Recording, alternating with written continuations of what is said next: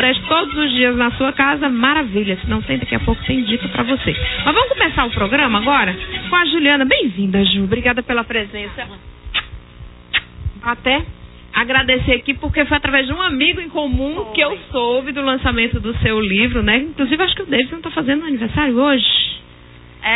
Tá fazendo, eu acho que eu vi isso no Facebook hoje, depois eu vou mandar mensagem pra ele. Mas, Ju, como foi essa história? Você era estagiária do JF? Você estava fazendo algum trabalho lá? Na verdade, tá aqui o livro, eu trouxe pra te mostrar. Eu tô me formando agora em jornalismo. Esse livro, na verdade, ele é só uma prévia ainda deve ser lançado, a gente deve lançar pelo UFC. Digamos, é um boneco. É, um boneco, exatamente. E aí eu escolhi escrever um livro-reportagem, são crônicas sobre o JF, histórias que acontecem no JF, né? Muitas vezes me incomodava ouvir falar sobre o hospital e sempre aquelas histórias ruins, aquela atmosfera caótica, os corredores lotados, né? Os motoqueiros que chegam lá. E eu ficava me perguntando, será que não existem histórias interessantes que a gente possa também dar voz? Pois é, a gente que é jornalista acaba tendo acesso a algumas informações que muitas vezes as pessoas não se ligam, não se tocam, porque a gente sabe que alguns setores do JF são acessíveis, né, e tem até plano de saúde que pode dar acesso a quem tem plano de saúde no JF. E você pode fazer, inclusive, até cirurgias plásticas, né? Silicone, você bota no JF. Então o JF não é só aquele caos que a gente vê de gente morrendo, falta de leito, gente no chão. São vários andares e a gente está vendo aí imagens dele, né? Do antigo, esse aí? Não, é porque está em preto e branco. Está em preto e branco? Então são imagens do JF que você colheu. Agora, como foi? Em que momento você começou a colher essas histórias? Então foram 10 meses de apuração e escrita, né? A parte mais interessante da apuração foi um domingo de plantão que eu acompanhei lá, um domingo médico, entre as 7 e Você foi pra lá pra acompanhar a história? Fui pra conhecer de perto, né? Como é que funciona um plantão médico. Então lá chega um momento que às 16 horas, por exemplo, é a hora da morte.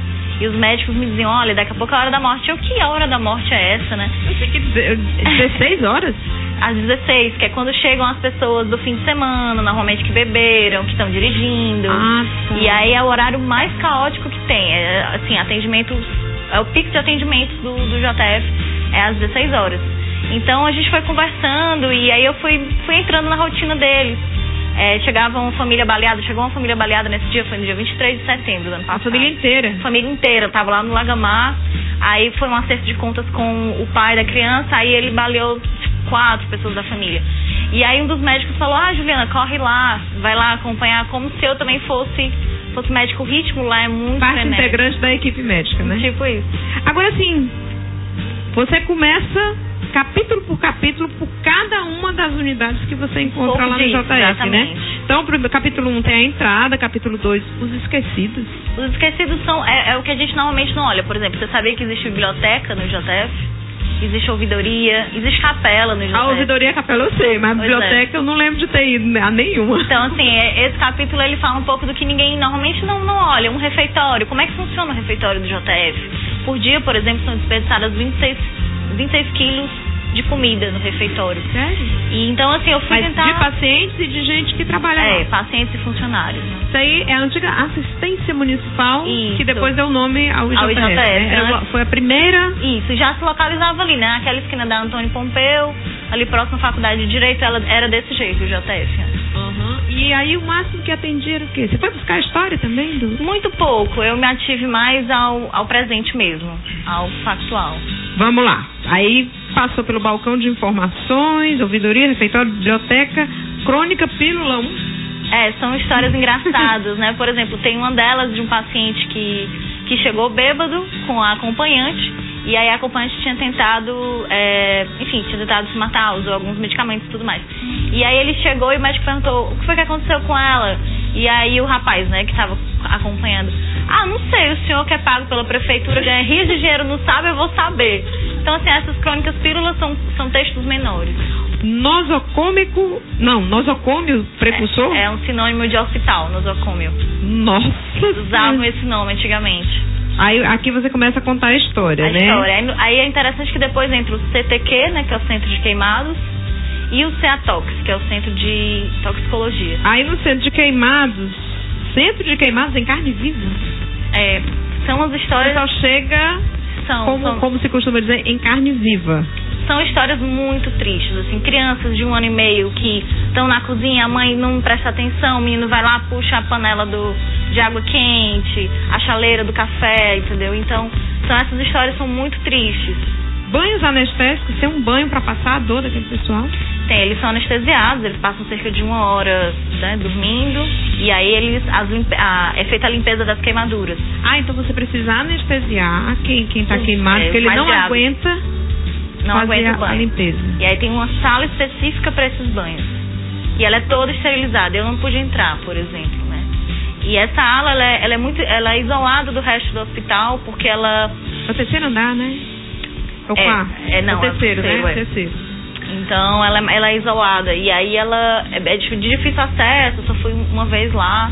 Mas as histórias, assim, são pesadas. E qual foi o dia que ele parou? Foi o dia que foi uma família inteira de 14 pessoas pro CTQ, era do interior. E aí, eles sentiram um cheiro de gás e foram acender a luz da cozinha. De repente, explodiu.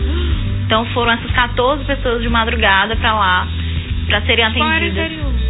Eu não lembro agora, mas foi há cerca de 2 anos. E aí, como é que veio esse pessoal todo, das várias ambulâncias? São ambulâncias normalmente da cidade, da prefeitura da cidade que mas levam. Mas uma ambulância cabe no máximo uma pessoa, 14 pessoas, como foi que elas chegaram a Fortaleza? Eu sei que foi difícil para eles atenderem, né? Porque à noite, às vezes reduz o quadro, então eles tiveram que improvisar uma UTI dentro da UTI. Então, essas coisas no IJF, eles contam que você tá aqui tranquilamente, de repente chegam vários casos, eles têm que encontrar espaço, né? Dar um jeito. E aí agora a gente vai pro CEATOX, né? Que é o Centro de Toxicologia.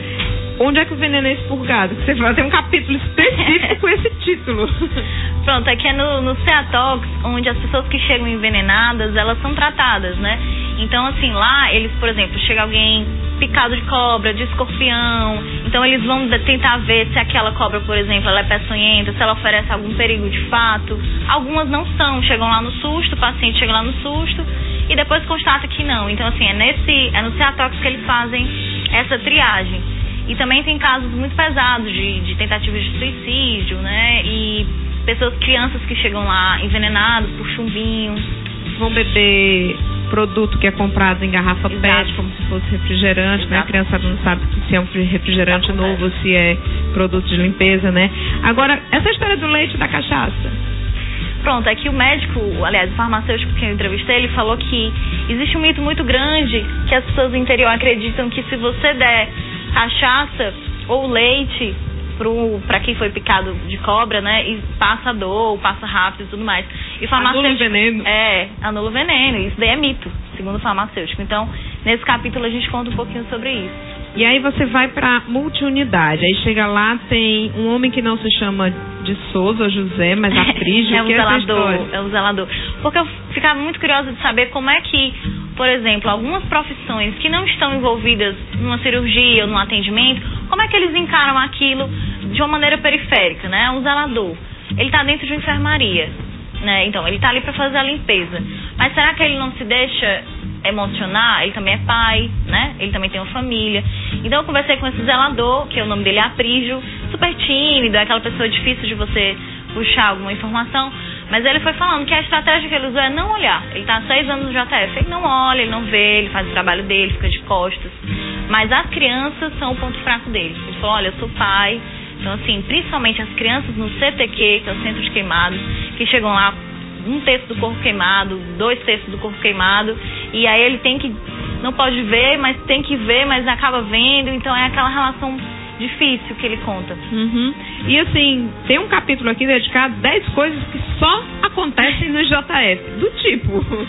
Por exemplo, lendas. Tem lendas, saber que os zeladores da madrugada, por exemplo... não, vão ver fantasmas. Eles veem fantasmas, torneiras se abrem no JF. É verdade. Segundo eles, né? Tem a loura do 6º andar. Tem uma loura. A loura que circula pelas escadas do 6º andar. Mas o que essa loura é? Alguém sabe a história dessa loura? Não, ninguém sabe. Eu não vi, né? Eu não sei. Mas eles falam que tem uma loura, falam... Inclusive que na época que era assistência municipal, né? Antes de se tornar... A loura já era da assistência? Não, tinha uma freira, que era enfermeira de lá. E ela trabalhava tanto que mesmo quando ela morreu, um zelador disse que ainda via o vulto dela entrando na enfermaria. E quando abria, não tinha ninguém. Então, assim, esses vultos, esses fantasmas, né, eles, de fato, segundo os funcionários, eles estão lá. E um deles falou assim, olha, morre tanta gente nesse JF, então, eu acredito que os mortos ficam aqui, né, segundo eles dizem isso. E as pessoas que quiserem conhecer essas histórias aqui, são 305 páginas, né? De um livro que começou como um projeto experimental. Foi, um trabalho de conclusão de curso. Então é o TCC dela, meu TCC. Né? Que se transformou nesse livro aqui, Histórias Despercebidas de um Hospital, Juliana Diógenes. As pessoas que tiverem vontade, até mesmo os médicos, né? As pessoas que já passaram pelo JF, que viram algumas coisas que você acabou não vendo pelo período que você estava lá, era diferente. Como é que elas podem ter acesso? Pronto, a gente está tentando ainda lançar pelo UFC, né, o estudo de jornalismo, estou me formando em jornalismo lá agora, com esse livro. Então, de repente, se alguém tiver interesse, pode me mandar um e-mail, é julianadiogeneslima@gmail.com. julianadiogeneslima@gmail.com.